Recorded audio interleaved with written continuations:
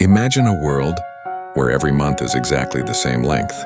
No more wondering if June has 30 or 31 days, and every date always falls on the same day of the week. It may sound like a fantasy, but for decades, this was the reality for one of the world's largest companies, and it could be our future. Today we'll explore the forgotten story of the 13-month calendar, why it was banned, and why it might just make a comeback. The idea of a 13-month calendar isn't new. In the mid-1800s, French philosopher Auguste Comte introduced the positivist calendar, dividing the year into 13 equal months of 28 days each, with an extra day at the end of the year for a festival.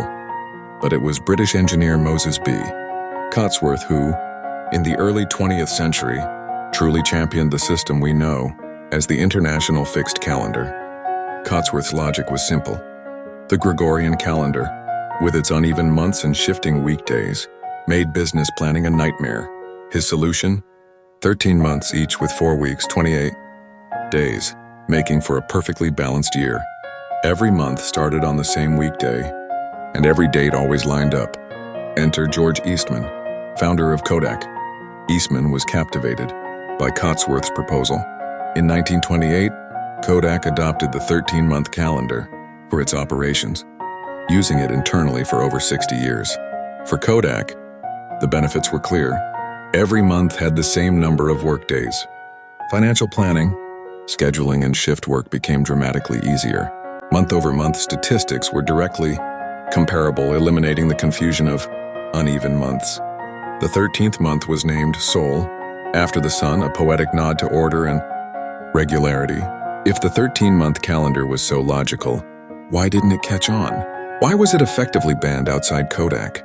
The answer is a mix of tradition, religion, and global inertia. The 12-month calendar is deeply embedded in Western culture, tracing back to the Roman Empire. Major religious holidays like Easter are based on lunar cycles and the 12-month system. Convincing the world's religions and governments to change was nearly impossible.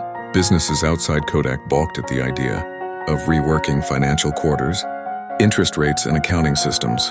The prospect of global chaos, not to mention bureaucratic headaches, was enough to kill the movement. And then, as momentum built, World War II erupted, pushing calendar reform far down the list of priorities. Kodak kept the 13-month calendar alive until 1989, long after Eastman's death. But outside its walls, the idea faded. Most people never even knew it existed, yet for decades Kodak employees lived by a different rhythm, proof that a new system was possible, if not popular. Despite its demise, the International Fixed Calendar left a mark. It inspired debates about timekeeping, efficiency, and the very nature of tradition.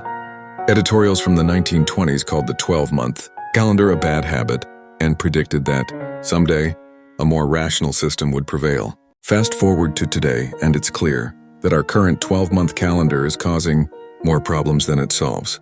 With the increasing interconnectedness of the world, the irregular months and shifting dates are creating obstacles for scheduling, budgeting, and global coordination. But there may be hope on the horizon. Organizations like the United Nations are revisiting the idea of a 13-month calendar, recognizing its potential to simplify global time management. Just imagine a world where every month is identical. Every holiday falls on the same weekday each year, and planning is effortless. The benefits for businesses, schools, and individuals are enormous. Uniform months mean easier scheduling and payroll. Holidays and birthdays are always predictable. International coordination becomes much simpler. Of course, the biggest obstacle to implementing a 13-month calendar remains tradition. But as technology and globalization continue to reshape our lives, a new calendar might finally have its moment.